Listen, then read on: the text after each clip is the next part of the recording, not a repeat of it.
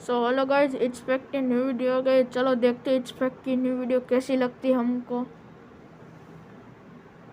Movie की ये reality आपने सोची भी नहीं होगी। और कैसे ये क्यूट सी दिखने वाली डॉल आजकल घने इतनी वायरल हो रही है और ज्यादा इसका वायरल सच हो जानने रही के है। बाद आपको बहुत बड़ा झटका लगने वाला है। कैसे आपके पैर की मदद से आप अपने टीचर की डांट से बच सकते हो और गूगल ऐसी क्या चीज बना रहा है जिसे यूज करने के बाद आप जियो के सिम को मुड़ कर भी नहीं देखोगे। भाई ये वीडियो ना पूरा एंटरटेनमेंट का एक डोज है, तो इस वीडियो को पूरा देखना और लाइक और सब्सक्राइब कर दो। सब्सक्राइब नहीं किया तो उसे भी कर देना। नंबर 15, बुर्ज खलीफा दुनिया की सबसे ऊंची बिल्डिंग है, 828 मीटर्स लंबी, जिसमें करीब 24,000 विंडोज हैं। क्या कभी आपने सोचा है कि इनको साफ रखना कितना बड़ा काम होगा? ये प्रोसेस साल में 4 बार होता है, मतलब क्लीनर्स ऑलमोस्ट पूरे साल इसमें बिजी रहते हैं। जैसे कि आप यहाँ देख सकते हो, इतनी ऊंचाई पे काम करते हुए उन वर्कर्स को दुबई की गर्मी और तेज हवाओं को भी फेस करना पड़ता है। बुर्ज खलीफा के चमकते विंडोज देख के हम इम्प्रेस तो हो जाते हैं, लेकिन उनके पीछे छुपी मेहनत सच में डेयरडेविल सी कर सकते हैं। फट के हाथ में आ जाएगी। अगर आपके ब्रेन का स्पेसिफिक पार्ट जिसे फ्यूसिफॉर्म जायरस कहा जाता है, अगर वो डैमेज हो जाए तो आपको एक कंडीशन हो सकती है जिसे प्रोस्पैगोनिया कहते हैं, यानी फेस ब्लाइंडनेस। इसमें आप लोगों के चेहरे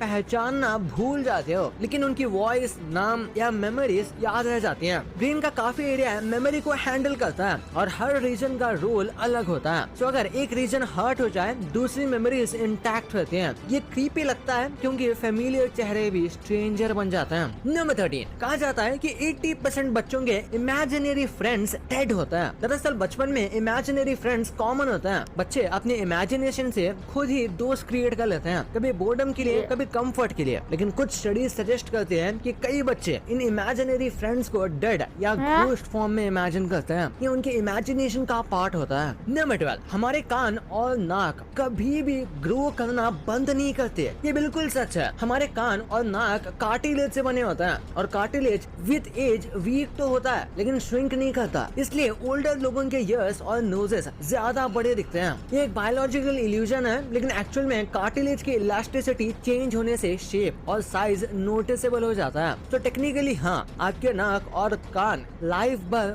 बढ़ते रहते हैं। नंबर 11, ये फैक्ट थोड़ा फनी भी है और डीप भी। जब भी हम सो रहे होते हैं, हमको उस मोमेंट का होश नहीं होता। ब्रेन ग्रेजुअली स्लीप मोड में चला जाता है बिना किसी कॉन्शियस सभी के साथ होगा। तो जब तक आप उठ के ना बोलो, आपने टेक्निकली रियलाइज ही नहीं किया कि आप कब सो गए। ये ह्यूमन कॉन्शियसनेस की लिमिटेशन है। एक मोमेंट आता है जहाँ कंट्रोल ऑफ हो जाता है और तब हम ड्रीम में एंटर करते हैं। नंबर 10, अगर कोई बेबी रात के टाइम बिना वजह के हंसता है तो वो स्पिरिट्स या इवल्स के साथ खेल रहा हो सकता है। ये क्रीपी बिलीफ पहले के लोगों में आया था। रात के टाइम बिना वजह हंसता बेबी कई लोगों को अननेचुरल लगता है। तो मेरी फट रही है। किसी इनविजिबल प्रेजेंस जैसे कि स्पिरिट्स या ऐसे में कुछ के देखो साथ तो मेरे इंटरैक्ट कर रहे होते हैं। देखा जाए तो साइंस कहता है कि बेबीज रैंडमली रिएक्ट करते हैं। फिर भी जब एक अंधेरे कमरे में बेबी बिना रीजन हंसे तो वो स्पाइन चिल कर सकता है। नंबर 9, जापान में हर 23 लोगों पे एक वेंडिंग मशीन है। ये सुनने में थोड़ा एग्जैगरेटेड लगता है, लेकिन है ये रियलिटी। जापान में अप्रोक्स 5 मिलियन वेंडिंग मशीन है। वहाँ हर गली, ट्रेन स्टेशन और पार्क में आपको वेंडिंग मशीन मिल जाएंगी, जिसमें सिर्फ चिप्स या कोल्ड ड्रिंक्स ही नहीं बल्कि राइस, एग्स, अम्ब्रेलास और इवन हॉट मील्स भी मिलते हैं। नंबर 8, अगर आपको अनकंट्रोलेबल हंसी आती है तो ये ट्राई करना। अपने टोस को ऐसे टाइटली कर्ल करो और देखना कि आपकी हंसी रुक जाएगी। जब आप टोस कर्ल करते हैं तो आपका ध्यान फनी चीजों से हटकर बॉडी पे शिफ्ट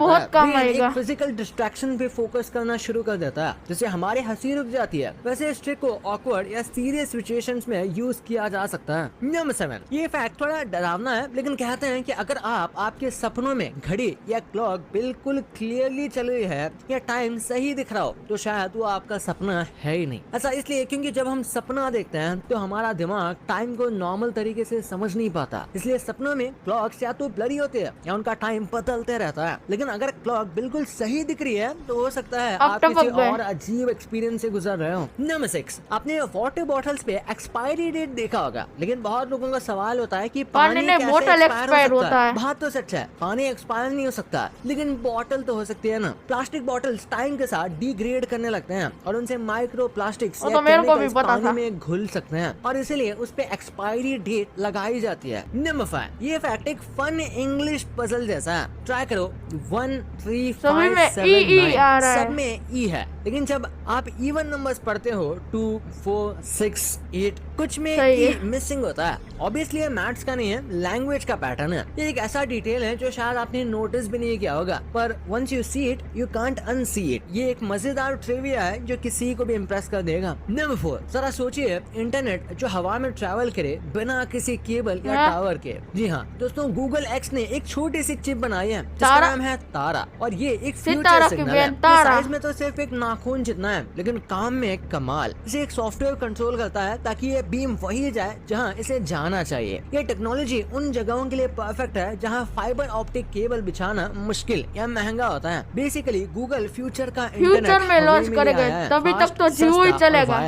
नंबर 3, इस वीडियो में दिखने वाला ये जायंट डिवाइस हाँ, RT64 इतना बड़ा है, एक सैटेलाइट massive वाला radio telescope। connection ये रशिया लेने का वाला। सबसे बड़ा और पावरफुल रेडियोस्कोप्स में से एक है। इस टेलीस्कोप। टेलीस्कोप का मेन काम है स्पेस से आने वाले रेडियो सिग्नल्स को पकड़ना, जैसे कि गैलेक्सीज और पल्सार से आने वाले सिग्नल्स। अब तक RT64 का यूज मार्स और वीनस मिशंस के सिग्नल्स रिसीव करने में हो चुका है। बहुत बड़ा इसमें time huge के है, साथ बहुत मॉडर्नाइजेशन huge भी है। किया है, जिससे ये आज के साइंटिफिक टूल्स के साथ कंपैटिबल है। नंबर 2, लबूबू डॉल, जो एक क्यूट और क्रीपी डिजाइनर टॉय के रूप में पॉप मार्ट ने लॉन्च किया था। आजकल इंटरनेट पर एक शैतान अलग के ही रीजन से ये वायरल हो रही है। वजह लोग से इसे ले रहे हैं, ancient फिर demon फेंक दे रहे हैं। पज़ूज़ू से जोड़ रहे हैं। पज़ूज़ू जो मेसोपोटामियन माइथोलॉजी का एक विंड डीमन था, वही डीमन जिसे द एग्जॉर्सिस्ट मूवी में दिखाया गया था। इसके फीचर्स जैसे शार्प टीथ, पॉइंटेड ईयर्स और ईरी स्माइल लबूबू के डिजाइन से मिलते जुलते दिखते हैं। इसी वजह से कुछ लोग मानते हैं कि लबूबू कोई नॉर्मल डॉल नहीं बल्कि डेविड। एक मॉडर्न कर्स्ड ऑब्जेक्ट है। सोशल मीडिया प्लेटफॉर्म्स पर कई यूजर्स ने बताया कि लबूबू उनके घर आने के बाद उन्हें वियर्ड एक्सपीरियंस होने लगे, जैसे लाइट्स का फ्लिकर होना, ये pets का सभी disturbed ट्रेंड का behavior, फायदा उठा रहे हैं। nightmares और ऐसा negative कुछ भी vibes नहीं feel है। होना। हैशटैग्स जैसे कर्स्ड लबूबू और डीमन डॉल ट्रेंड करने लगे, और कुछ लोगों ने तो इस डॉल को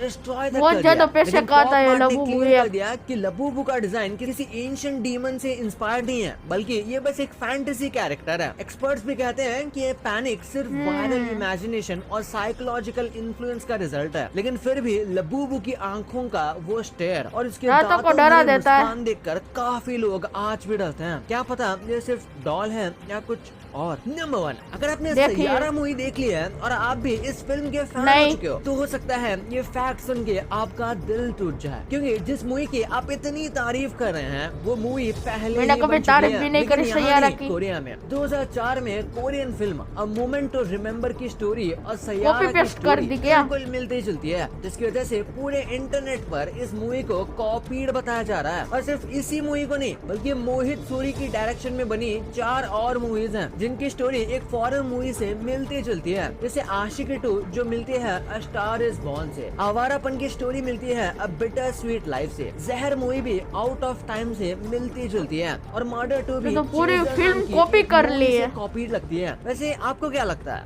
ये मूवीज ओरिजिनल है या कॉपीड? भाई ये तो आपको आपको ये वीडियो अच्छी लगे तो लाइक और सब्सक्राइब करके जाना। Bye bye.